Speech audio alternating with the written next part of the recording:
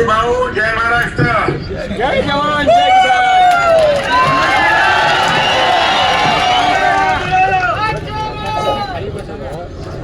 बच्चू भाऊंचा विजय असो.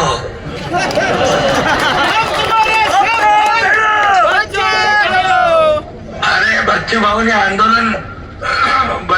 आंदोलन केलं कर्जमाफीचं, म्हणून आम्ही मुख्यमंत्री महोदय, मी अजितदादा होते त्यावेळेस आम्ही बैठक घेतली आणि एक कमिटी केली आणि 30 जून पर्यंत अहवाल आणण्याचा निर्णय घेतला. पण या बजेटमध्ये कर्जमाफीचा निर्णय घेतला तो बच्चू भाऊनी आंदोलन शेतकऱ्यांसाठी केलं, म्हणून आम्ही तात्काळ जी घोषणा आम्ही केली होती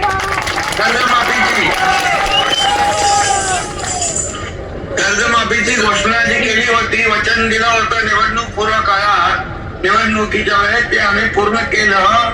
याचं श्रेय देखील बच्चू भाऊला जात आहे.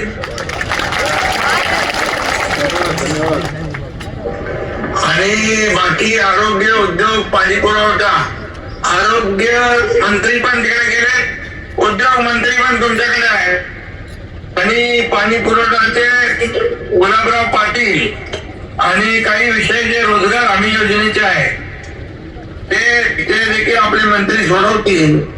स्कायवॉकचा विषय आहे, मेळघाटचा विकास आहे, आणि मी स्वतः मुख्यमंत्री महोदयांना देखील या बाबतीमध्ये सांगतो आणि याच्यामध्ये मी स्वतः पाठपुरावा करून मुख्यमंत्री महोदयांकडून आपण जे जे काही विषय आहेत, उरतील काही विषय पॉलिसी मॅटर आहे ते आपण सोडवण्यासाठी सगळे प्रयत्न करू. पूर्ण टीम तुमच्या मताशी सहमत आहे.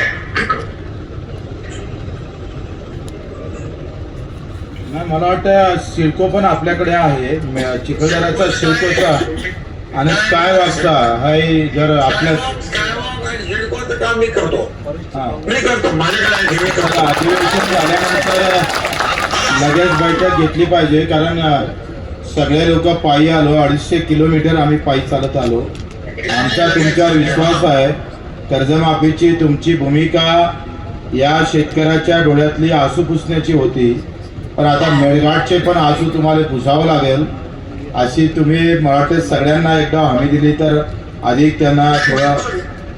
बिलकुल. बघा, सरकार आहे, तुमचं सरकार आहे, शेतकऱ्याचं आहे, सर्वसामान्यांचा आहे. त्यामुळे मेळघाटचा विकास, मेळघाटला मी आरोग्य मंत्री होतो तेव्हा गेलो होतो आणि मला तिकडची जाणीव आहे त्या भागाचा विकास आपल्याला करण्याची आवश्यकता आहे.